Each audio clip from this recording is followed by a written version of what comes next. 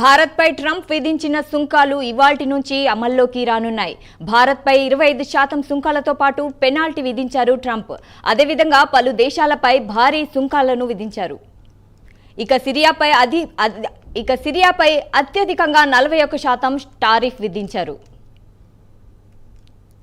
అలాగే కెనడాపై 35%, తైవాన్కు 20%, స్విట్జర్లాండ్కు 39% సుంకాలు విధించారు.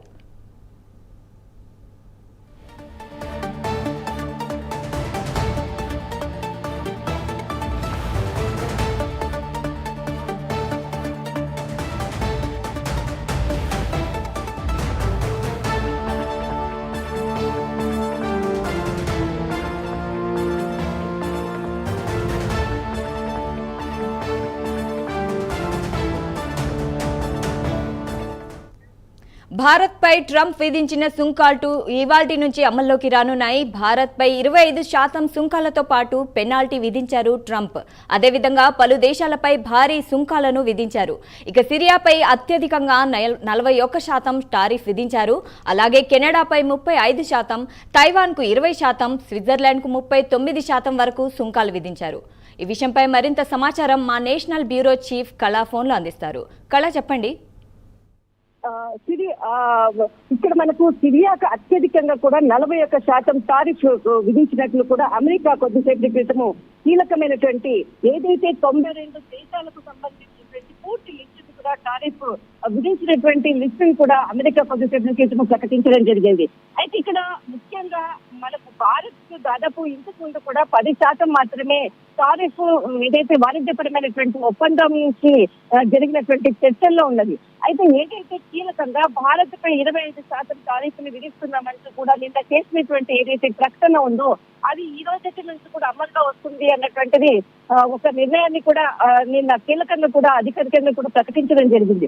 అయితే దాదాపు 92 దేశాలకు సంబంధించినటువంటి పూర్తి డేటాను కూడా కొద్దిసేపటి క్రితమే ట్రంప్ పూర్తి నివేదికలతో కూడా ప్రకటించడం జరిగింది. అయితే ఇందులో దాదాపు అంటే ఇంతకు ముందు మనకు ఏప్రిల్ 2వ తేదీన జరిగినటువంటి వాణిజ్యపరమైనటువంటి చర్చల్లో మొట్టమొదట ఇతర దేశాలపై ఏదైతే టారిఫ్ ని విధిస్తున్నామంటూ కూడా ప్రకటించిన సందర్భం ఒకవైపు, కానీ మరి ఒక వారం రోజుల తర్వాత ఈ టారిఫ్ ను దాదాపు 90 రోజుల గడువు ఇస్తున్నాము. ఆ లోపల వాణిజ్యపరంగా కూడా అమెరికాతో సంబంధాలను అంటే వాణిజ్యపరమైనటువంటి ఒప్పందాలను ఏర్పాటు చేసుకోవాలి అన్నటువంటిది ఒక నిర్ణయాన్ని దాదాపు ఏప్రిల్ లో ప్రకటించినటువంటి సందర్భము ట్రంప్. అయితే ఇక్కడ మనకు అంటే ఏదైతే ఇప్పుడు కూడా అంటే అప్పుడు 90 రోజుల్లో 90 దేశాలతో వాణిజ్యపరమైనటువంటి ఒప్పందాలు కుదరాలి అన్నటువంటి టార్గెట్ తోటి ట్రంప్ ప్రకటించినటువంటి కీలకమైనటువంటి ప్రకటన.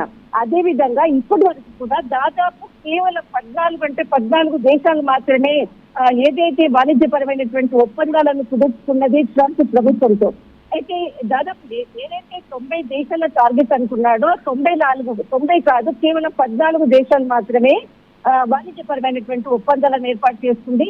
కానీ అందరూ కూడా ప్రపంచంలో ఉన్నటువంటి అన్ని దేశాలు కూడా చాలా మటుకు కూడా ఒప్పందాన్ని కుదుర్చుకోకుండా ఏదైతే టారిఫ్లకు ప్రయత్నించారు అంటే ట్రంప్ ప్రభుత్వంతో కూడా చర్చలు కూడా చేశారు. కానీ ఎక్కడా కూడా తను దిగకుండగా సుంకాలకు అంటే ప్రస్తుతం ఉన్నటువంటి ప్రపంచంలో ఉన్నటువంటి రాజకీయ పరంగా అనుకోవచ్చు, ఇతర దేశాలకు ఒక దేశం మద్దతు ఇవ్వడంతో కూడా దాన్నే దృష్టిలో పెట్టుకుని కూడా వాణిజ్యపరమైనటువంటి టారిఫ్లను పెంచాడన్నది ఇక్కడ మనకి చాలా క్లియర్ గా కనపడుతుంది.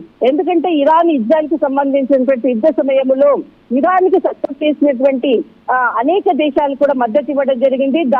దానిని దృష్టిలో పెట్టుకుని కూడా టారిఫ్లను మరింత ఎక్కువగా కూడా ఇక్కడ టారిఫ్లను విధించినటువంటి సందర్భం. అయితే ఇప్పుడు మనకు ఏదైతే 90 రోజుల్లో అని చెప్పారో ఆగస్టు 7వ తేదీ కూడా మరి అమల్లోకి వస్తుంది అంటూ కూడా ఒక కీలక ప్రకటన కొద్దిసేపటి క్రితం కూడా వెల్లడించడం జరిగింది. అంటే ఇది మరింత పొడిగించేటటువంటి అవకాశం ఉందా అన్నది కూడా కొంత ఒకటి ఇక్కడ మనకు ముఖ్యమైనటువంటి అంశం. దాదాపు మనకు భారత్ కు 25%, పాకిస్తాన్ కి 19%, కెనడాకు 35% టారిఫ్లను విధించడం జరిగింది. అయితే అత్యధికంగా సిరియాకు మనకు 41% టారిఫ్ ని విధించినటువంటి సందర్భము. దాదాపు 90 రోజుల్లో 90 ఏదైతే దేశంలో భారత్ వాణిజ్యపరమైనటువంటి ఒప్పందాలు చేయాలన్నటువంటి ట్రంప్ టార్గెట్ మాత్రము కంప్లీట్ కాలేదు. మరింత కూడా దీనిపై అంటే గతంలో పొడిగించిన విధంగా మరింత ఏదైనా పొడిగించేటటువంటి అవకాశం ఉంది అంటూ కూడా కొంతమంది ఏదైతే ఆర్థిక నిపుణులు వెల్లడి చేస్తున్నటువంటి పరిస్థితి.